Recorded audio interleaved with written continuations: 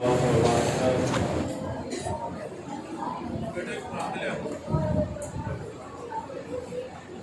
النحل آية نمبر 90.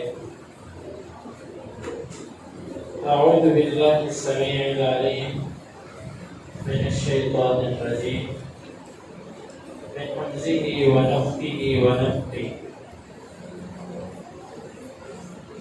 إن بشك اللہ تعالی یأمر وہ حکم دیتا ہے بالعدل، با کا مطلب ساتھ، العدل عدل، والاحسان واو کا مطلب اور الاحسان احسان کا، وایتاء اور دینا، ذی والے کو، القربا قرابت رشتہ داری، وینہا واو کا مطلب اور ینہا وہ روکتا ہے، عن سے، الفحشاء فحاشی بے حیائی، والمنکر اور منکر ناپسندیدہ، والبغی اور سرکشی سے، یعیدکم وہ نصیحت کرتا ہے تم کو، لعلکم تاکہ تم تذکرون نصیحت پکڑو۔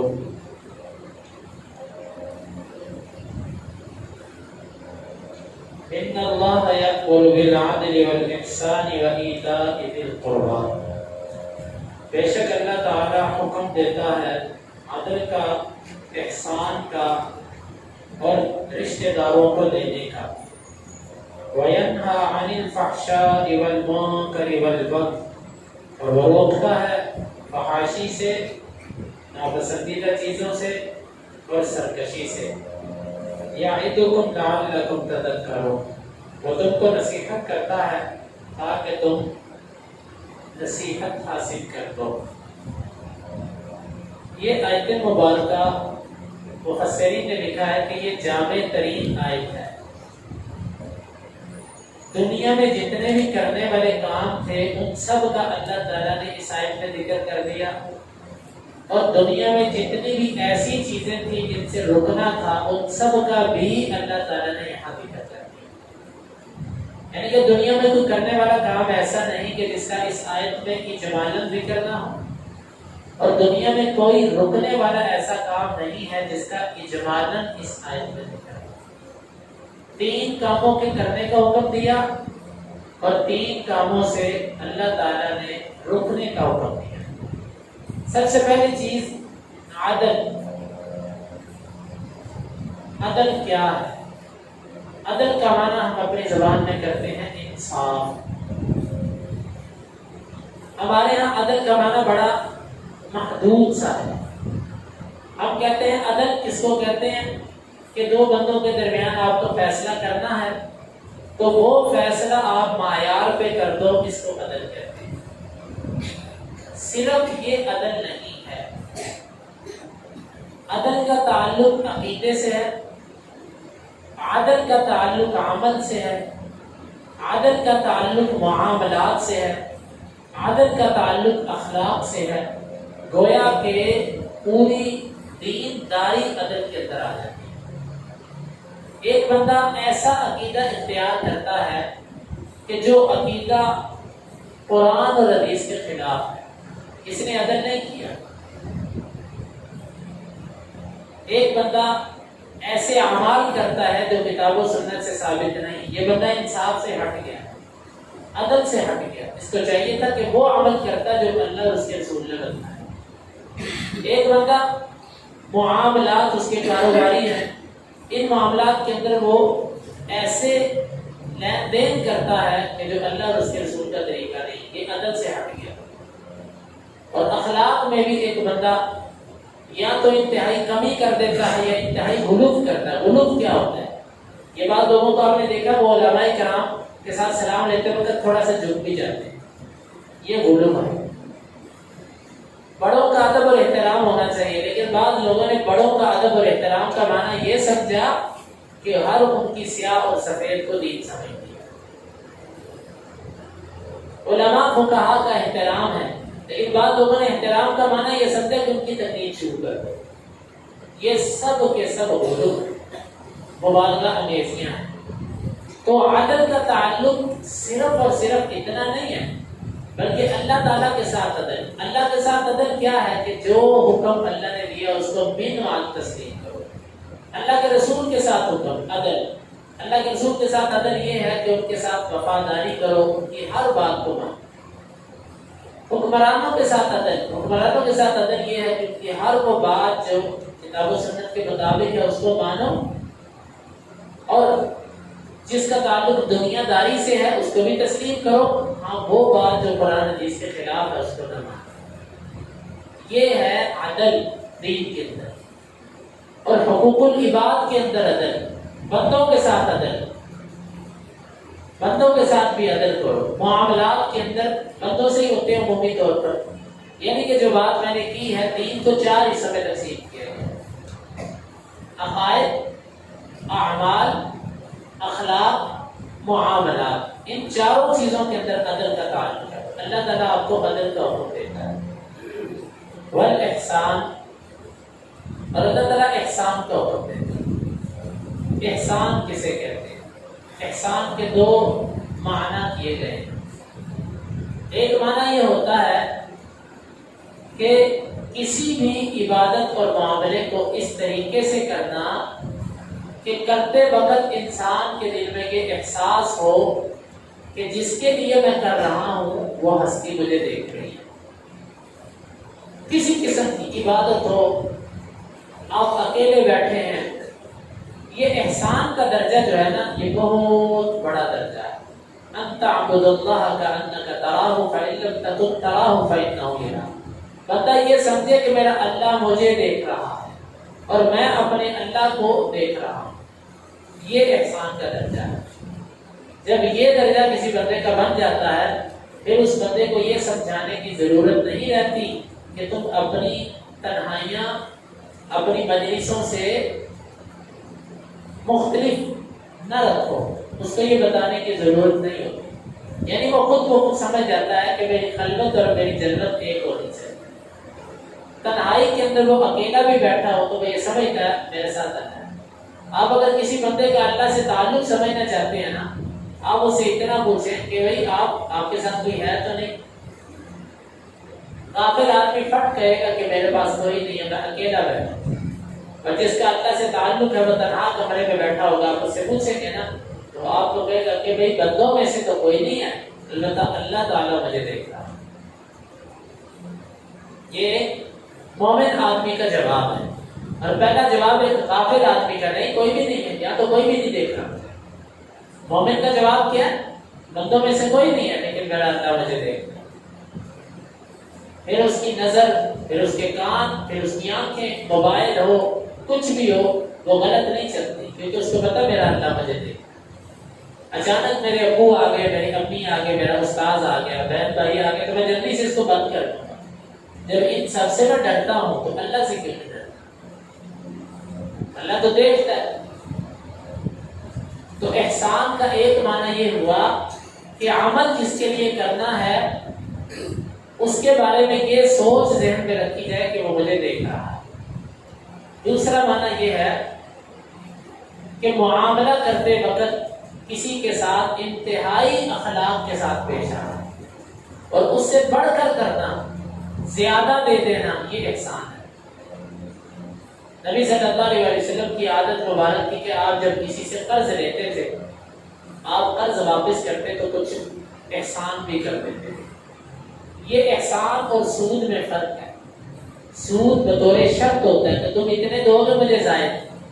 احسان میں کچھ طے نہیں ہوتا، بلکہ یہ بھی نہیں ہوتا کہ احسان کرنا، بلکہ تم نے میرے پیسے واپس کر دیے، پھر بتا ویسے بطور احسان اس کے ساتھ میں نہیں کرتے۔ یہ آپ صلی اللہ علیہ وسلم کی عادت تھی۔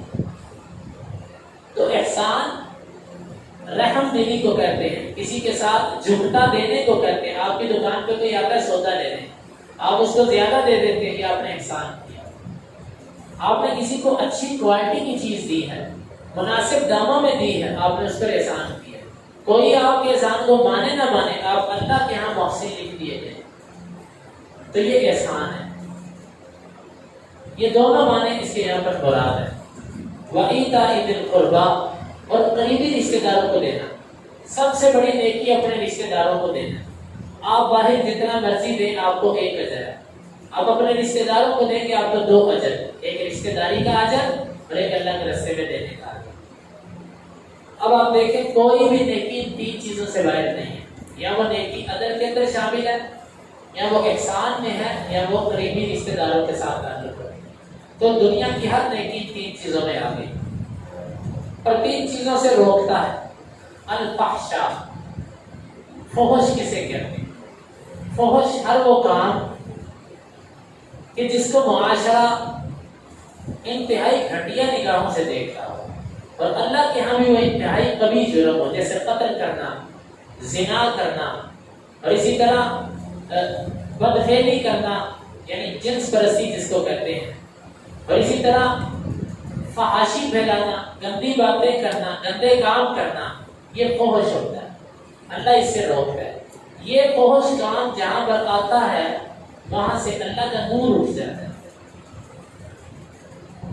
کوئی شخص، کوئی تاجر، کوئی طالب علم، جب اس کی زبان، اس کی آنکھیں اور اس کے کان گندی باتوں پہ اور گندے کاموں پہ لگ جاتے ہیں، اللہ کا قرآن اس کے سینے میں کبھی نہیں اترتا۔ یہ پکی بات، کیونکہ اللہ تعالیٰ کا جو کلام ہے یہ نور ہے، نور، اور جو گناہ ہے یہ اندھیرا ہے۔ اندھیرا اور نور ایک جگہ جمع نہیں ہو سکتے، اندھیرا اور نور ایک جگہ جمع نہیں ہو سکتے۔ کلام پاک آپ اپنے سینے میں داخل کرنا چاہتے ہیں، اور آپ کی زبان، آپ کی آنکھیں اور آپ کے کان گندے کاموں پر، گندی باتوں پر، گندے چیزیں دیکھنے پر لگے ہوں، اور آپ کہیں کہ مجھے قرآن یاد ہو جائے، آپ کو قرآن یاد نہیں ہوگا، آپ نیکی نہیں کر سکیں گے۔ یہ اسی لیے جو ہم پہلے علماء کے بارے میں سنتے ہیں نا کہ ان کا حافظہ بہت تیز تھا۔ حافظہ تیز ہونے کی کئی وجوہات ہیں، یہ انشاءاللہ کبھی بیان کروں گا۔ ان میں سے ایک مرکزی وجہ یہ گناہ چھوڑ دینا۔ معروف قول ہے نا کہ ایک امام نے امام وقی کی طرف یہ شکایت کی کہ مجھے بھول جاتی ہے بات، حافظہ کمزور ہے۔ شکوت الی وقی سوء حفظی فاوصانی الی ترک المعاصی، میں نے امام وقی کو کہا کہ مجھے بات بھول جاتی ہے، حافظہ کمزور ہے، انہوں نے مجھے کہا گناہ چھوڑ دو، گناہ چھوڑ دو کہ حافظہ تیز ہو جائے گا۔ کیوں؟ فإن العلم نور من الہ ونور اللہ لا یعطی لعاصی، اللہ کا جو علم ہے یہ نور ہے، نور، اور جو اللہ کا نور ہے یہ کسی نافرمان کو نہیں ملتا۔ تو فحش ہر گھٹیا کام، گندا کام، برا کام جس میں ملوث ہونے والے کو لوگ گندا سمجھتے ہیں، اللہ اس سے روکتا ہے۔ لہذا ایسے طالب علم سے باتیں، دوستی کرنا جو گندی باتیں کرتا ہو، گندے کام کرتا ہو، ایسے کے ساتھ بات، اور اسی طرح مرد حضرات، ایسے لوگوں سے دوستی رکھنا جو بات بات پہ گالی دیتے ہیں۔ ہمارے مردوں کے اندر یہ بات عام ہے کہ گالی دینے کو وہ کوئی بات نہیں، یہ فحش ہے، یہ فحش قسم کا آدمی ہے جس کا تقیہ کلام گالی ہے۔ چھوٹی موٹی گالی تو تقریباً کئی لوگوں کی زبان پہ چڑھی ہوتی ہے، ہوتے وہ دیندار بھی ہیں، نمازیں بھی پڑھ رہے ہوتے ہیں، لیکن ان کی بات کی ابتدا ہی تھوڑا سا غصہ آیا، پھٹ گالی، یہ فحش آدمی ہے، گھٹیا قسم کی زبان رکھتا ہے یہ بندہ۔ ایسے بندے کے ساتھ تعلق بھی مناسب نہیں۔ البتہ والا دین خلیلی، آپ جس بندے کی صحبت میں بیٹھیں گے اس کا آپ پر اثر ہوگا۔ آپ گالیوں والے کے ساتھ بیٹھیں گے تو گالیاں سیکھیں گے، آپ کسی نیک کے پاس بیٹھیں گے تو اچھی چیز، ہمیشہ اپنا دوست اچھا بناؤ، اس کی اچھائی آپ پر اثر انداز ہوگی۔ آپ بری مجلس میں بیٹھیں گے اس کی برائی آپ پر اثر کرے گی۔ والمنکر، منکر کسے کہتے ہیں؟ منکر ہر وہ کام کہ جس کو انسانی طبیعت بھی ناپسند کرتی ہے۔ مثال کے طور پہ کئی ایسے گھٹیا کام ہوتے ہیں، چند مثالیں دے رہا ہوں۔ کئی لوگوں کو آپ نے دیکھا چلتے ہوئے فٹ پاتھوں پہ پیشاب کر رہے ہوتے ہیں. اب یہ کتنا گھٹیا کام ہے, لوگ اس کو دیکھ کے کتنا برا سمجھتے ہیں. کئی لوگوں کا مزاج ہے سڑک کے بیچ موٹر سائیکل کھڑی کر کے سودا خریدنا شروع کر دیتے ہیں سڑک کے بیچ میں. اور کئی لوگوں کا مزاج یہ کہ سڑک کے بیچ میں کھڑی کر کے دوسرے سے ملنا شروع کر دیتے ہیں. دعا سلام حال چال, کیا حال ہے, گھر پہ خیریت. پیچھے سے گاڑی والا ہارن ماری جا رہا ہوگا, کیا حال ہے, گھر پہ ٹھیک ہے, سب حال چال پوچھ رہے. یہ ایسے کام ہیں کہ لوگ, یا مثال کے طور پہ لوگوں کے بیٹھنے کی جگہ مجلس ہے, وہاں پر لوگ بیٹھتے ہیں, کوئی وہاں پر جا کر پیشاب کر دیتا ہے, تھوک پھینک دیتا ہے, کوڑا پھینک دیتا ہے. کوڑا پھینکنے کا بھی دیکھیں دنیا کے اندر پارکیں بنائی جاتی ہیں تازہ آب و ہوا لینے کے لیے, اور ہمارے یہاں جہاں پارک ہوتی ہے وہاں پر کوڑا دان ہوتا ہے. اور خالی کوڑا دان نہیں, اگر کوڑے دان میں جائے تو پھر بھی ٹھیک ہے. کوڑے دان شاید خالی ہو, اس کے ارد گرد سارا کوڑا گرا ہو. یہ سب منکر ہے. وہ کام ہے راستے کے اندر چلتے ہوئے شیشہ پھینک دینا, کسی کے پاؤں پہ لگ جائے, ٹین پھینک دینا, کسی کی گاڑی کے پنکچر ہو جائے, یا کسی مجلس میں بیٹھ کے ان کے میں بیٹھ کے سگریٹ پینا شروع کر دینا, یا منہ صاف نہ ہو, دانت صاف نہیں کیے تو کسی کے قریب ہو کے باتیں شروع کر دینا. یہ سب کی سب ایسی باتیں ہیں جو منکرات کے اندر آتی ہیں, ناپسندیدہ چیزیں, اخلاق سے گری ہوئی چیزیں. ایک مسلمان کو ان میں بلبس نہیں ہونا چاہیے. والبغض سرکشی, کسی پر زیادتی کرنا. اللہ کے ایسے کسی کو تھپڑ مار دیا, کیوں مارا, بس میں بڑا ہوں, یا میرے اندر طاقت, ایسی کسی کا مال چھین لیا, کسی کی کوئی چیز چھین کے کھا گئے, کسی کے پیسے لے کے انکار کر دیا دینے سے. یہ سب کی سب بغاوتیں ہیں, سرکشیاں ہیں جو اللہ تعالیٰ کو پسند نہیں. والبغض, اللہ سرکشی سے بھی روکتا ہے. یعظکم لعلکم تذکرون, وہ اللہ تمہیں نصیحت کرتا ہے تاکہ تم نصیحت پکڑ جاؤ, وہ تمہیں واعظ کرتا ہے تاکہ تم نصیحت پکڑ. یہ اللہ تعالیٰ کی انتہائی جامع ترین باتیں ہیں, 6 باتیں. آئیے ہم اپنے آپ کو حساس بنائیں. حساس, یہ جو غریب ہوتا ہے نا, یہ بعض دفعہ سڑکوں پر فروٹ بیچنے والے, یقین مانے ان کی غربت پر تو ترس آتا ہے, لیکن ان کے بعض دفعہ سڑک کے بیچ میں کھڑی کر کے سودا بیچنا شروع کر دیتے. اب گاڑیوں والوں کو تکلیف پریشانی, اگر کوئی گاڑی والا بولے اس کو کہتے ہیں دیکھو اس کے پاس پیسہ ہے اور یہ تکبر کرتا ہے. غریب آدمی کو ڈانٹ, لیکن غریب آدمی کی زیادتی دیکھی کہ وہ رستہ روک کے کھڑا. یہ باتیں ہمارے معاشرے میں جرم نہیں سمجھی جاتی. ہمارے جو اسلاف تھے وہ تجاوزات, جو بندہ تجاوزات کرتا تھا نا, یعنی کہ سرکاری املاک کو اپنے قبضے میں لیتا تھا, وہ اسے خریداری نہیں کرتے تھے. ایسے اسلاف بھی ہمارے تھے کہ بھائی یہ اپنی جگہ پر نہیں, آپ چلتے پھرتے بیچ لیں, یا کسی ایسی جگہ پہ کھڑے ہوں جہاں پر کسی گزرنے والے کو تکلیف نہ ہو. لیکن ہمارے معاشرے کے اندر یہ چیزیں برائیاں نہیں شمار ہوتی. یہ سب کی سب چیزیں منکرات کے اندر آتی ہیں. ہم اگر ان چیزوں کو سمجھیں گے, اپنے آپ کو حساس بنائیں گے, تو اللہ رب العالمین ہمارے معاملات کے اندر بہتری کر دے گا. تو یہ 6 چیزیں اس آیت کے اندر بیان ہوئی, گویا کہ پورا دین ان 6 چیزوں کے اندر سمیٹ کے رکھ دیا اللہ تعالیٰ. ہر گناہ منکر کے اندر آتا ہے, یا فحش چیز کے اندر آتا ہے, یا بغض کے اندر آتا ہے. ہر قسم کی نیکی عدل میں آتی ہے, یا احسان میں آتی ہے, یا قرابت داروں کے معاملات کے اندر آتی ہے. اللہ تعالیٰ سے دعا ہے اللہ تعالیٰ ہمیں اس آیت مبارکہ کو سمجھنے کی اور اس کے تقاضوں کو پورا کرنے کی توفیق عطا فرمائے.